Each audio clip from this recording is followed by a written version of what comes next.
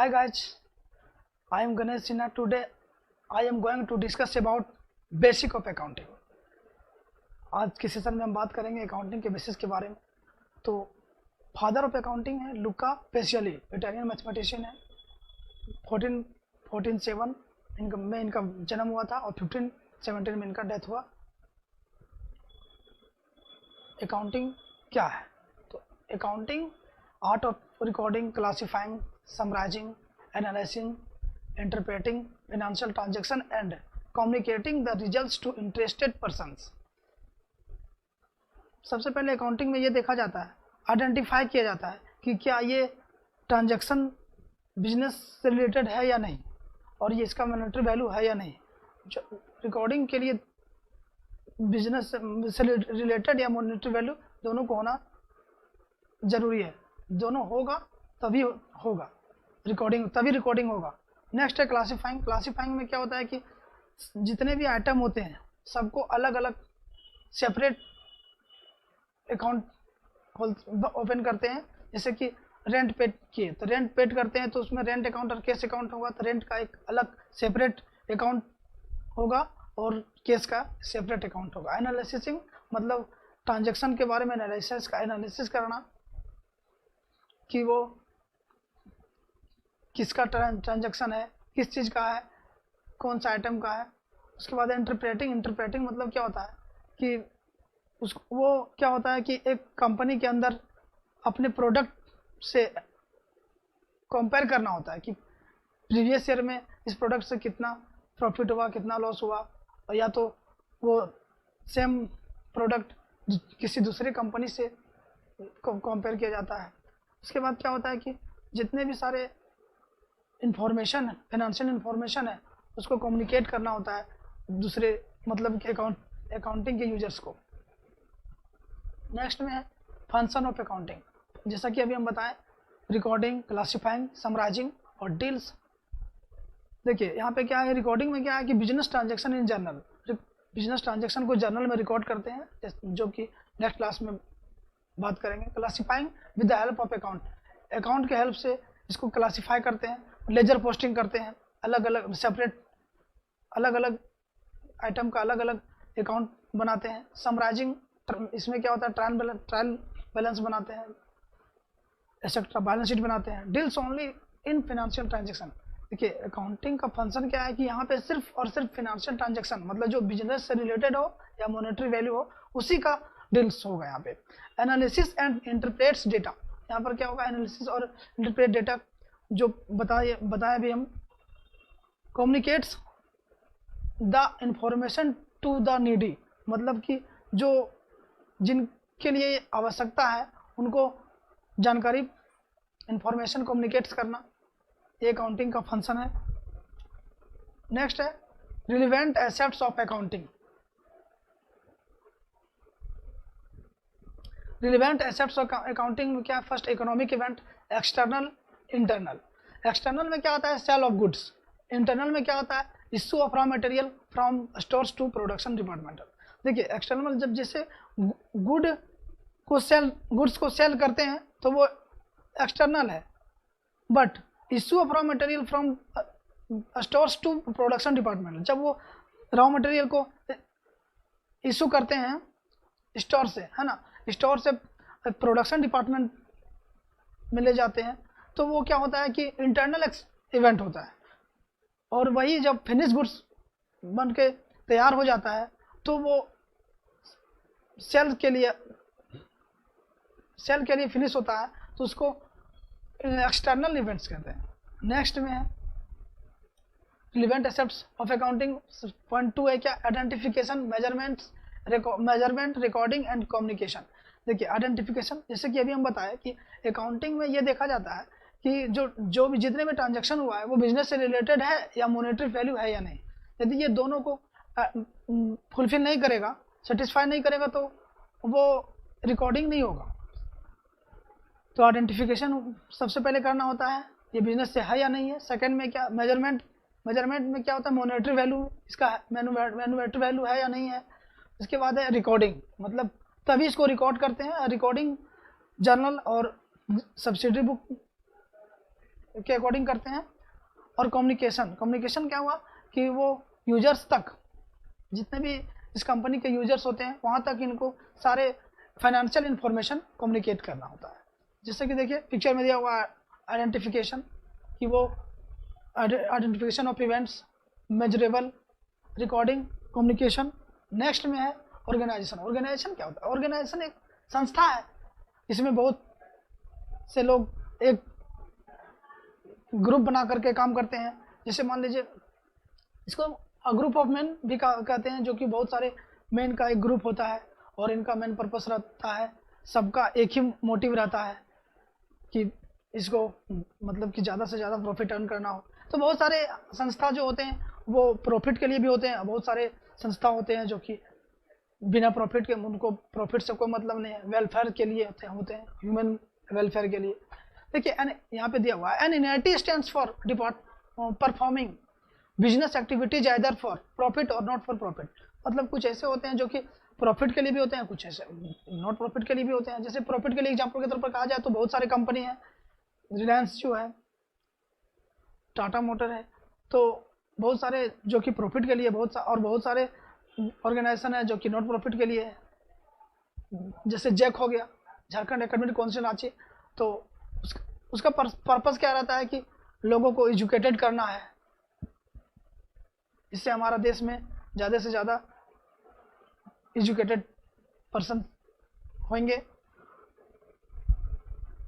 It can be a sole proprietorship, partnership, cooperative, society, company etcetera. यहाँ पे देखिए इस तरह का भी हो सकता है। जैसे प्रोप्राइटरशिप मतलब कि जो ऑनर होता है, ऑनर का मतलब क्या हुआ, जो जितने भी मान लीजिए कोई कंपनी में जितने भी एक्सपेंसेज होता है, जितने भी तरह का एसेट्स लायबिलिटीज होता है, वो सारा बेयर करने में सक्षम होता है, वो ओनर होता है। जो कि इसमें कोई ऑर्गेनाइजेशन में एक या तो दो भी प्रोप्राइटर हो सकता है। और पार्टनरशिप में क्या होता है कि पार्टनरशिप, जैसे कि कोई ऑर्गेनाइजेशन चल रहा है उसमें से पार्टनरशिप के अकॉर्डिंग चल रहा है। कोऑपरेटिव सोसाइटी मतलब बहुत सारे जो ग्रुप बना करके कोई सोसाइटी चला रहे होंगे, कंपनी एक्सेट्रा। नेक्स्ट है interested users. Interested users chief executive, financial officer, vice president, business unit manager, plant manager, store managers, land supervisor. Chief executive जो कि एचओडी होता है, हेड ऑफ द डिपार्टमेंट होता है। फाइनेंशियल ऑफिसर गाइड करते हैं, वो पूरा फिनेंशियल कंडीशन क्या है, फिनेंशियल में जितना भी तरह का जो भी होता है फिनेंशियल में, वो गाइड करते हैं फाइनेंशियल ऑफिसर। वाइस प्रेसिडेंट ये भी एक मैनेजिंग डायरेक्टर की तरह होते हैं। बिजनेस यूनिट मैनेजर मतलब कोई भी बिजनेस में एक यूनिट में मान लीजिए 10 प्लांट रहता है, तो उस 10 प्लांट को एक यूनिट में रखा जाता है, तो उसमें एक मैनेजर होता है जो कि 10 प्लांट को वही गाइड करेगा।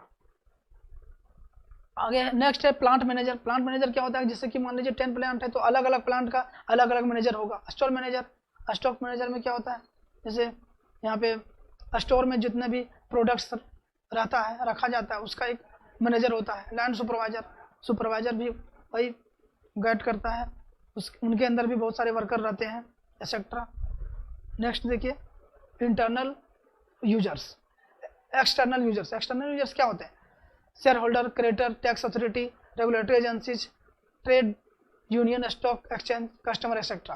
यहाँ पे क्या शेयर होल्डर क्या है, तो शेयर होल्डर क्या है, शेयर होल्डर जानने से पहले ये जानना जरूरी है कि शेयर होता क्या है। तो शेयर क्या है, कैपिटल का छोटा सा पार्ट है जो कि शेयर कहलाता है। जैसे देखिए कोई भी कंपनी में जो पब्लिक अपना शेयर लगाती है तो उसे शेयर होल्डर कहते हैं। क्रेडिटर जो भी कंपनी जिससे वो जब कंपनी स्टार्ट करने से पहले या तो बिजनेस स्टार्ट करने से पहले वो कुछ प्रोडक्शन रॉ मटेरियल जो क्रेडिट पे लेती है तो उनको फिर पे करना पड़ता है, तो उसे क्रेडिटर कहते हैं। टैक्स अथॉरिटी जो गवर्नमेंट को टैक्स पेड करते हैं। रेगुलेटरी एजेंसी जैसे हो गया सेबी हो गया, stock exchange board of India. Trade union, stock exchange जहाँ पे स्टॉक का एक्सचेंज होता है। कस्टमर एक्सेट्रा, कस्टमर का तो आप लोग जानते ही होंगे, कस्टमर क्या होता है, जो प्रोडक्ट परचेज करने वाला होते हैं। नेक्स्ट है branch of accounting. Branch of accounting इसमें क्या हुआ कि फिनेंशियल अकाउंटिंग, कॉस्ट अकाउंटिंग और मैनेजमेंट अकाउंटिंग। तो financial account just like basic accounting उसी टाइप का होता है।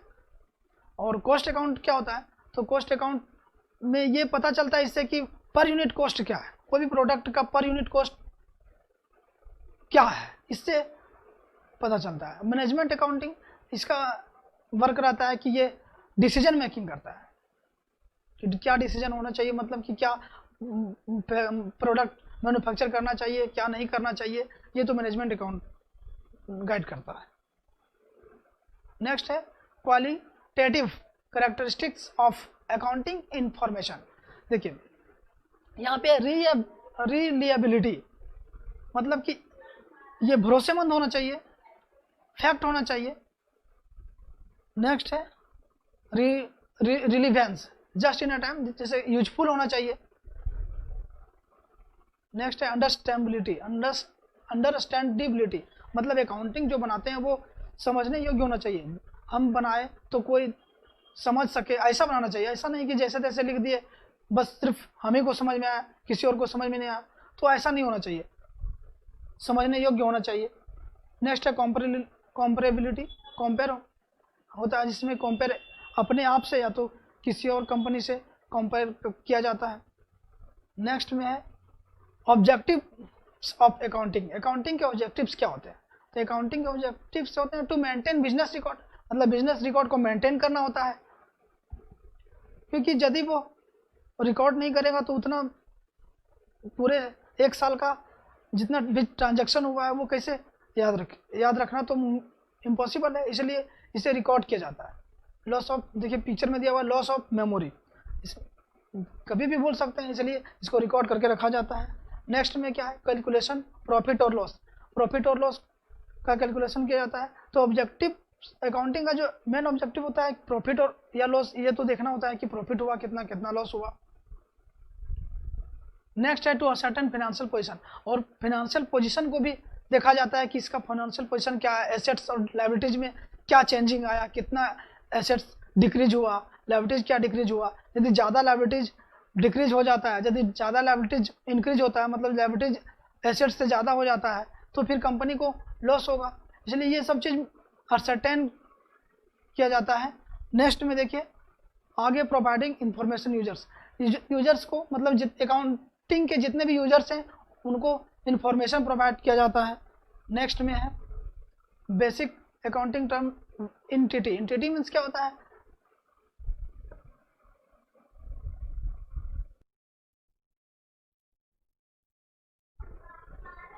एंटिटी, एंटिटी मीन्स क्या होता है कि any economic unit performing economic activities, मतलब कोई भी जो इकोनॉमिक एक्टिविटीज को परफॉर्म करे उसे एंटिटी कहते हैं। जैसे देखिए कोई भी कंपनी हो गया। नेक्स्ट देखिए ट्रांजैक्शन, ट्रांजैक्शन क्या हुआ, economic events in a business organisation. Example के तौर पर परचेज, सेल्स, सैलरी, जो परचेज किए तो कुछ जो उसके बदले में ट्रांजैक्शन दिए, मनी दिए, सेल्स किए उसमें जो मनी दिए, तो ये ट्रांजैक्शन हुआ। सैलरी में भी जो पेड किए। नेक्स्ट है एसेट्स, एसेट्स में देखिए लैंड है, बिल्डिंग है, कार है, प्लांट है, मशीनरी है, ये सब एसेट्स के तौर के अंदर आते हैं। नेक्स्ट है classification of assets, classification of assets, assets भी टू टाइप्स का होता है। जैसे देखिए नॉन करंट एसेट्स और current assets. Non current assets में क्या आता है, जैसे कि फिक्स्ड एसेट्स हो गया, नॉन करंट इन्वेस्टमेंट हो गया, जो लॉन्ग टर्म के लिए इन्वेस्टमेंट होता है उसको बोलते हैं non current investment. Deferred deterred tax assets हो गया, long term loan and advance हो गया। Other non current assets. Fixed assets में क्या आता है, टेंजिबल एसेट्स और इनटेंजिबल एसेट्स। इंटेंजिबल एसेट्स जैसे गुडविल हो गया, capital work in progress, intangible assets under department. और करंट एसेट्स में क्या हुआ, current assets inventories, trade receivable, cash and cash equipment, short term loans and advances, other assets. Next है distinction between current and non current items.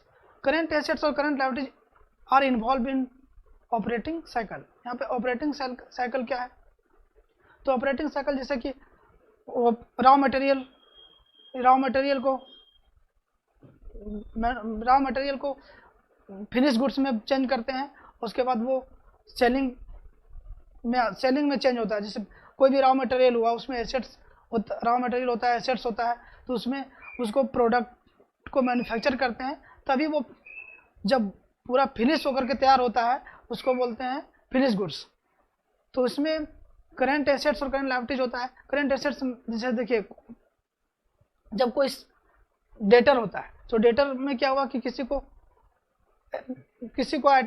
Product दिए, तो वो product credit पे ले लिया, तो वो प्रोडक्ट क्रेडिट पे ले लिया, तो उसे मतलब ये होता है कि वो इतना दिन के अंदर मतलब उसका जो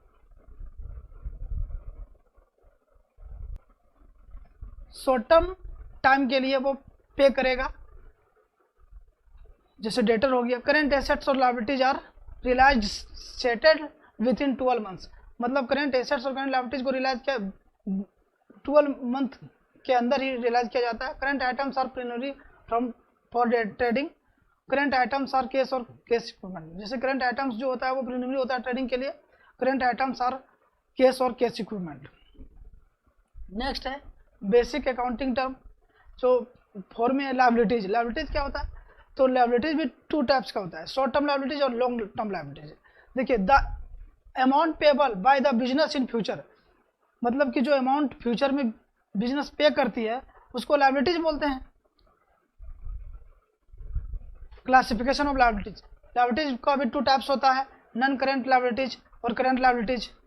तो नॉन करेंट लायबिलिटीज में आता है long term borrowing, deferred tax liabilities, other long terms liabilities, loans terms provisions. और करेंट लायबिलिटीज में आता है short term borrowing, trade payable, other current liabilities, short term provisions.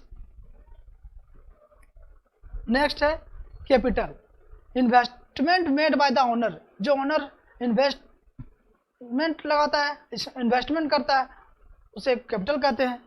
Next देखिए सेल्स, सेल्स क्या लिखा हुआ? Total revenue earned by a business through sales of goods और service to customer, मतलब कि वह जो सर्विस कस्टमर को दिया जाता है जिसको बेचना बोलते हैं। तो ये सेल्स 2 टाइप्स का होता है, कैश सेल्स और क्रेडिट सेल्स।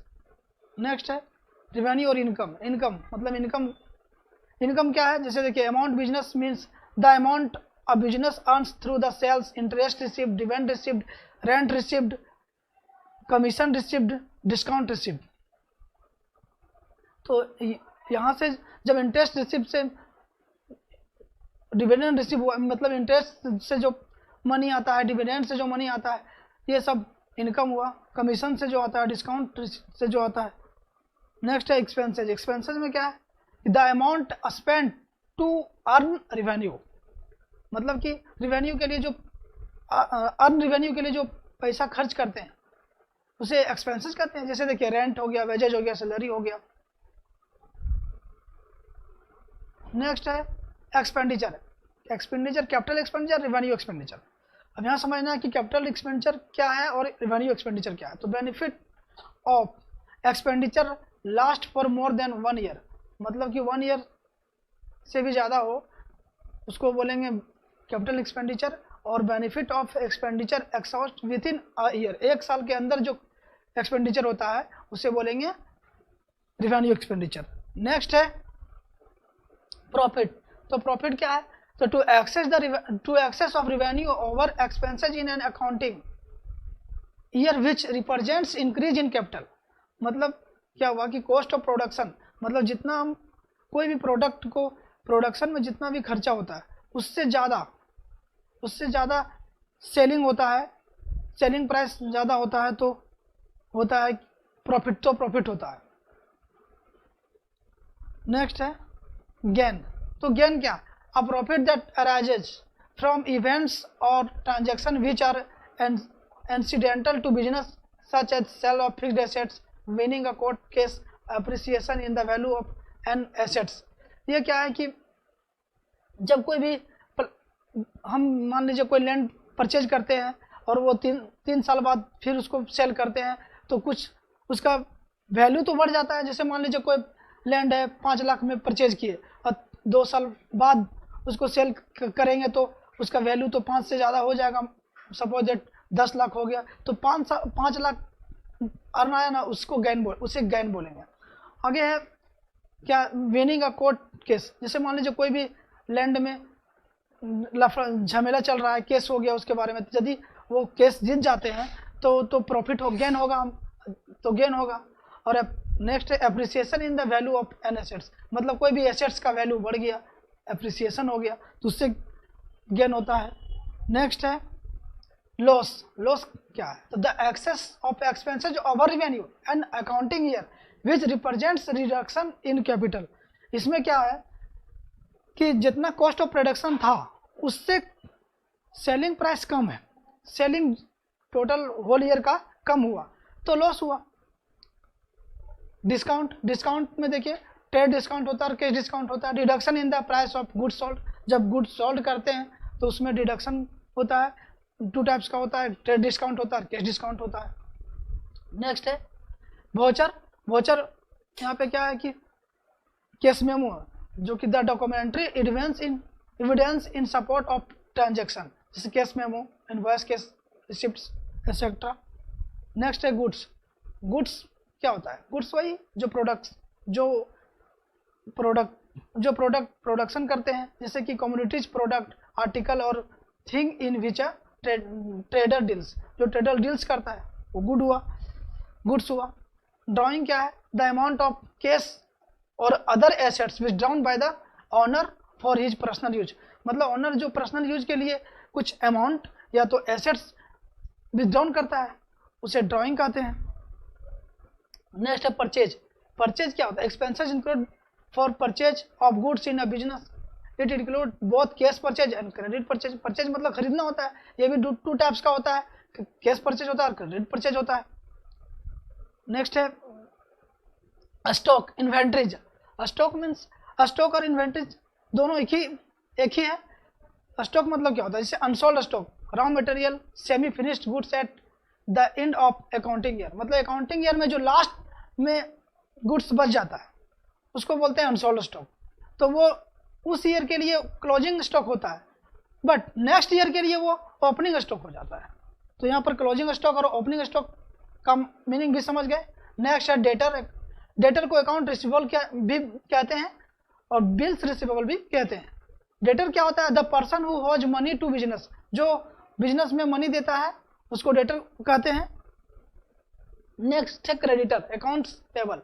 क्रेडिटर्स क्या है, तो the person to whom the business owes money, मतलब कि जो बिजनेस एस्टेब्लिश जब करते हैं तो उसमें प्रोडक्ट या तो कुछ मटेरियल जो लेते हैं क्रेडिट पे, तो क्रेडिट पे लेते हैं तो वो फिर पे करना होता है, तो वही क्रेडिटर होता है। नेक्स्ट में देखिए, बस आज यही ख़त्म हुआ।